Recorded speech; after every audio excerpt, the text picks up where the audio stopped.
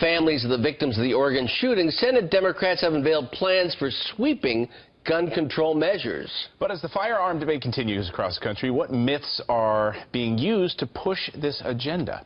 Well, here to break them down, Fox News contributor and the host of the Outdoor Channel documentary Safe Haven, which takes a critical look at gun-free zones in America. Katie Pavlich joins us. Good morning.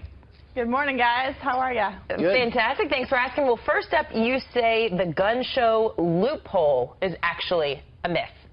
Huge myth. So you've heard politicians like Hillary Clinton, Barack Obama, and others who support their gun control measures say that we have to close the gun show loophole. Whereas, well, the problem is that the gun show loophole simply doesn't exist. The same federal firearms laws that apply outside of gun shows also apply inside of gun shows. But despite that fact, we keep hearing that we need to close a loophole that simply doesn't exist. All right, myth number 2, you say buying a gun is as easy as buying groceries. We was here, you can walk right into Walmart and buy a gun. Right. President Obama has said it's harder to buy a vegetable than it is to buy a firearm. But last time I checked, you don't have to show identification, government identification, photo identification to buy a firearm. You don't have to fill out paperwork or to buy a vegetable in groceries, excuse me. And you don't have to fill out paperwork or go through a background check to buy groceries. So they are wrong on that point as well. I wish they would make me go through some of that while I'm trying to buy cookies or ice cream or something. Right? That would be great. How about Make it harder. How about this one? Another myth you say is that gun violence is skyrocketing. You've got some numbers that show something different.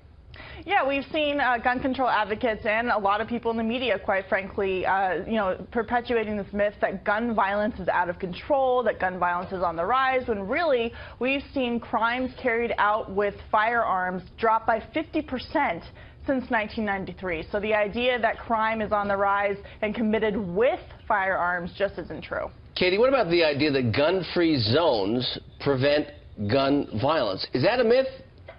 That is a huge myth, and this is something that I've taken a critical look at with the Outdoor Channel. And you look at the statistics, all but 2 places in terms of mass shootings over the past 50 years have occurred inside of gun-free zones. And I think it's true that gun-free zones aren't necessarily gun-free, and that's where we see a lot of the violence occur in these places. So I think that we have to relook at that as well and look at the myth of gun-free zones keeping people safe. And the 5th and final myth that we're breaking down for you, nobody's demanding gun confiscation. What do you mean?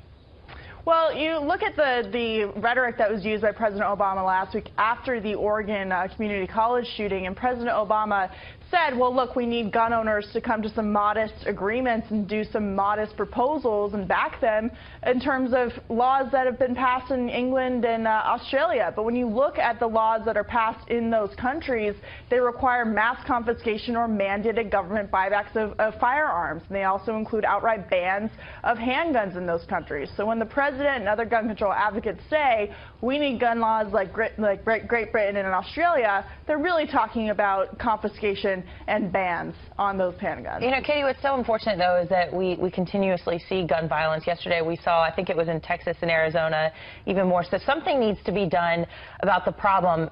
Does mental health need to be addressed more?